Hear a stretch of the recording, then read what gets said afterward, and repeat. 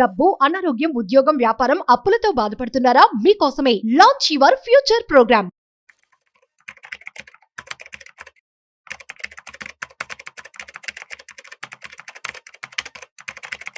నమస్తే, welcome to Suman TV. నేను మీ Rama Rajesh, chartered wealth manager and mutual fund distributor. ఈ రోజు మీ ముందుకి ఇంకొక ఇంపార్టెంట్ టాపిక్తో వచ్చేసాను. సో చాలా మందికి ఇలాంటి టైంలోని, అంటే మార్కెట్ చాలా హై అప్స్ అండ్ డౌన్స్ ఉన్నప్పుడు ఎస్డబ్ల్యూపీ మీద చాలా కన్సర్న్స్ అండ్ క్వశ్చన్స్ ఉంటాయి. అంటే ఇప్పుడు నేను విత్డ్రా చేసుకుంటే నా యూనిట్స్ ఏమైనా పోతాయా, నా అమౌంట్ నేను లాస్ అవుతానా, ఆర్ ఎలాంటి ఎస్డబ్ల్యూపీ చేసుకోవాలని. ఇంతకుముందు నేను చాలా వీడియోస్ ఎస్డబ్ల్యూపీ మీద చేశాను, కానీ ఇప్పుడు స్పెసిఫిక్గా ఒక ఫండ్ పట్టుకొని వచ్చి మీకు క్లియర్గా ఎక్స్ప్లెయిన్ చేద్దామని. అంటే ఈ ఫండ్లో కనుక ఇన్వెస్ట్ చేస్తూ మీరు విత్డ్రా చేసుకొని ఉండుంటే మీ ఫండ్ యొక్క పర్ఫార్మెన్స్ ఎలా ఉంటుంది అని చూపించడానికి ఇవాళ ఒక ఎక్సెల్తో మీ ముందుకు వచ్చాను మళ్ళీ. So first and most important thing, SWP అంటే systematic withdrawal plan.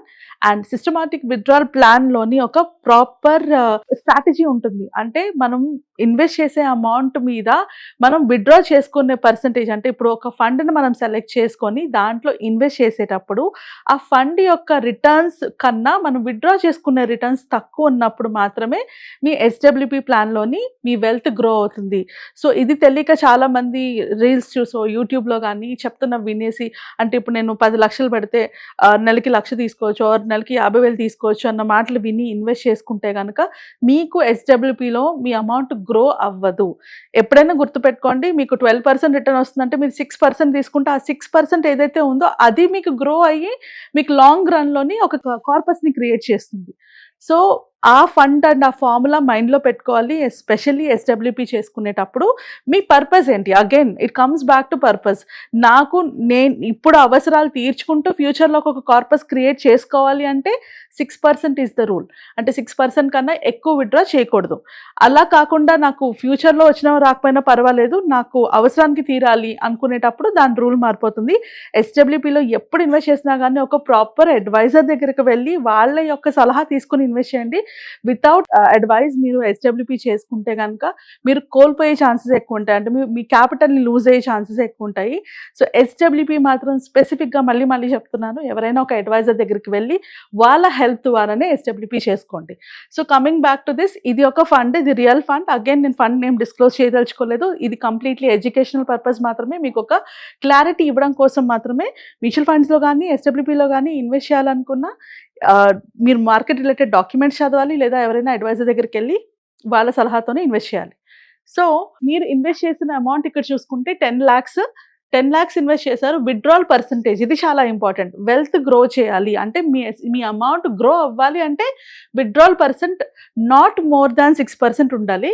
So 6% withdraw చేస్తున్నారు అండ్ మంత్లీ ఎంత విత్డ్రా చేస్తున్నారు? 5,000. మీరు ఇన్వెస్ట్ చేసిందంట 10 lakhsకి 5,000 మీరు ఇన్వెస్ట్ చేస్తున్నారు. సో 1999 నుంచి నేను తీసుకుంటున్నాను ఫండ్ని.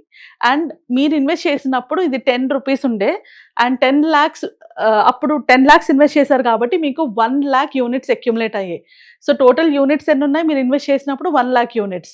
అండ్ నెక్స్ట్ మంత్కి వచ్చేటప్పటికే ఈ ఎన్ఏవి వాల్యూ పడిపోయింది. సో 1999లో మీకు 10 రూపీస్ కొన్న అనేవి 9.92కి వెళ్ళడం వల్ల మీరు 504 యూనిట్స్ని సెల్ చేసి 5,000 విత్డ్రా చేసుకున్నారు.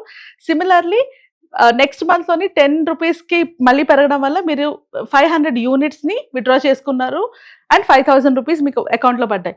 సో ఇక్కడ మీరు అబ్జర్వ్ చేస్తే ఎస్ఐపికి మార్కెట్ పడినప్పుడు యూనిట్స్ పెరుగుతాయి, ఎస్డబ్ల్యూకి మార్కెట్ పడినప్పుడు ఎక్కువ యూనిట్స్ వెళ్తాయి, ఎందుకంటే మీరు సెల్ చేస్తున్నారు కాబట్టి. సో ఇక్కడ పడినప్పుడు మీకు యూనిట్స్ ఎక్కువ సెల్ అయిపోతున్నాయి అండ్ పెరిగినప్పుడు మీకు యూనిట్స్ తక్కువ సెల్ అవుతాయి. సో చాలా మందికి ఉన్న కన్ఫ్యూజన్ ఇక్కడే.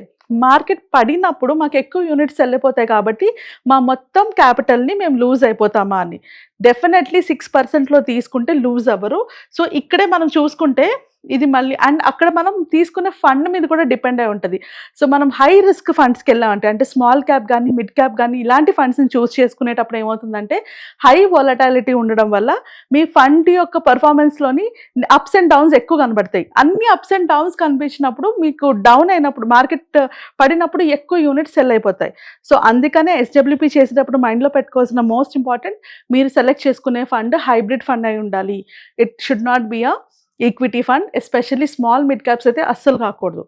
అండ్ ఇప్పుడు చూసుకుంటే 10 రూపీస్ కొన్నది ఇక్కడ 8 వరకు కూడా వెళ్ళిపోయింది. ఈ ఒకానొక పీరియడ్‌లోని 8.8 కూడా వెళ్ళింది. సో, అప్పుడు మీరు ఎన్ని యూనిట్స్ సెల్ చేశారు? 618 యూనిట్స్ సెల్ చేశారు. సేమ్ 5,000 రూపీస్ విత్‌డ్రా చేసుకోవడానికి.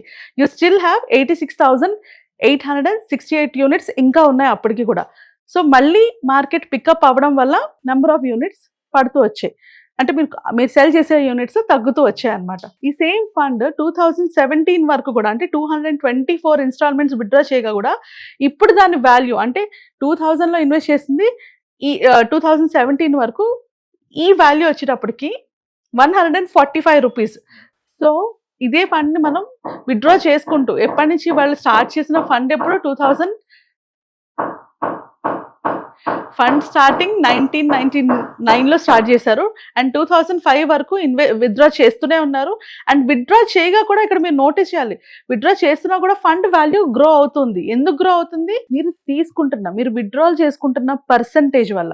మీరు 6% విత్‌డ్రా చేసుకుంటున్నారు అండ్ ఈ ఫండ్ కన్సిస్టెంట్ గా మనకి 12 to 14% రిటర్న్స్ ఇస్తున్నది కాబట్టి మీరు 6% తీసుకున్నారు కాబట్టి గ్రో అవుతుంది. ఎగ్జాంపుల్ మీరు ఇక్కడ చూస్తే 2012లోని మీరు 10 రూపీస్ పెట్టి కొన్న ఆ యూనిట్ వాల్యూ, ఒక్కొక్క యూనిట్ వాల్యూ 87 రూపీస్కి వెళ్ళింది. బట్ మీరు విత్‌డ్రా చేస్తున్న అమౌంట్ ఎంత ఉంది? స్టిల్ 5,000 విత్‌డ్రా చేసుకుంటున్నారు. సో నెంబర్ ఆఫ్ యూనిట్స్ ఇక్కడ యూనిట్ వాల్యూ పెరగడం వల్ల నెంబర్ ఆఫ్ యూనిట్స్ తగ్గాయి. అది తగ్గడం వల్ల మీకు దీని కార్పస్ పెరుగుతూ ఉంది ఇక్కడ. సో అలాగా 25 years టర్మ్ చూసుకుంటే అంటే ప్రాపర్గా ఒక 25 years మనం చూసుకునేటప్పటికి 25 years టర్మ్ చూసుకునేటప్పటికి ఇప్పుడు దాని వాల్యూ ఎంత ఉంది? 346 రూపీస్ ఉంది. అండ్ మీరు సెల్ చేసే యూనిట్స్ నెంబర్ ఆఫ్ యూనిట్స్ ఎన్ని వెళ్ళిపోయి ఓన్లీ 14 యూనిట్సే ఇంకా సెల్ చేస్తున్నారు బికాస్ దీని వాల్యూ పెరగడం వల్ల.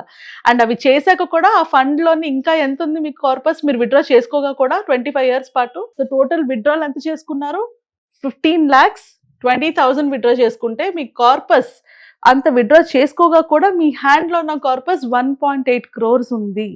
So this is where wealth build అయ్యేది. ఎస్డబ్ల్యూపి మార్కెట్ పడినా పెరిగినా కూడా మీకు ఎక్కువ యూనిట్స్ సెల్ అవ్వదు. In the long run number of units తగ్గుతూ ఉంటాయి సేల్ చేసేటప్పుడు, ఎందుకంటే యూనిట్ వాల్యూ పెరుగుతుంది కాబట్టి.